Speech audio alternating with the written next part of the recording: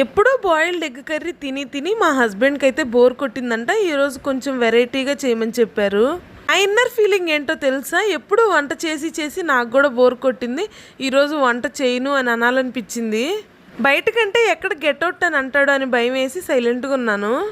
ఎలా చేయాలి ఏంటి అని ప్రాసెస్ మొత్తం మా హస్బెండే చెప్పారు. ఈ కర్రీ అయితే మా husband style of egg curry. నిజంగా నా చిన్నప్పటి నుంచి ఇంతవరకు నేను ఈ కర్రీ తినలేదు అంటే మీరు నమ్ముతారా? మా అమ్మ ఎప్పుడన్నా బాయిల్డ్ ఎగ్ కర్రీయే వండుతుంది. ఇలా వండుతారు అని తెలుసు, కానీ మా నాన్నకు నచ్చదు. అసలే మాది మిడిల్ క్లాస్ ఫ్యామిలీ. ఒక్కొక్కరికి ఒక్కొక్క వంట పాపం మా అమ్మ ఎక్కడ చేస్తుంది చెప్పండి. అందుకే అందరం బాయిల్డ్ ఎగ్ కర్రీయే తినేవాళ్ళం. మా హస్బెండ్కి మాత్రం బాయిల్డ్ ఎగ్ కంటే ఇలా చేస్తేనే ఇష్టం అంట. కర్రీ ప్రాసెస్ అయితే మీకు కనిపిస్తుంది కాబట్టి నేనైతే ఏం చెప్పలేదు. వంట రాని వాళ్ళైతే ఏది చేసి పెడితే అది సైలెంట్గా తినేస్తారు. ఈ కొద్దో గొప్ప వంట తెలిసిన వాళ్ళైతే ఇలానే ఆర్డర్స్ వేస్తారు.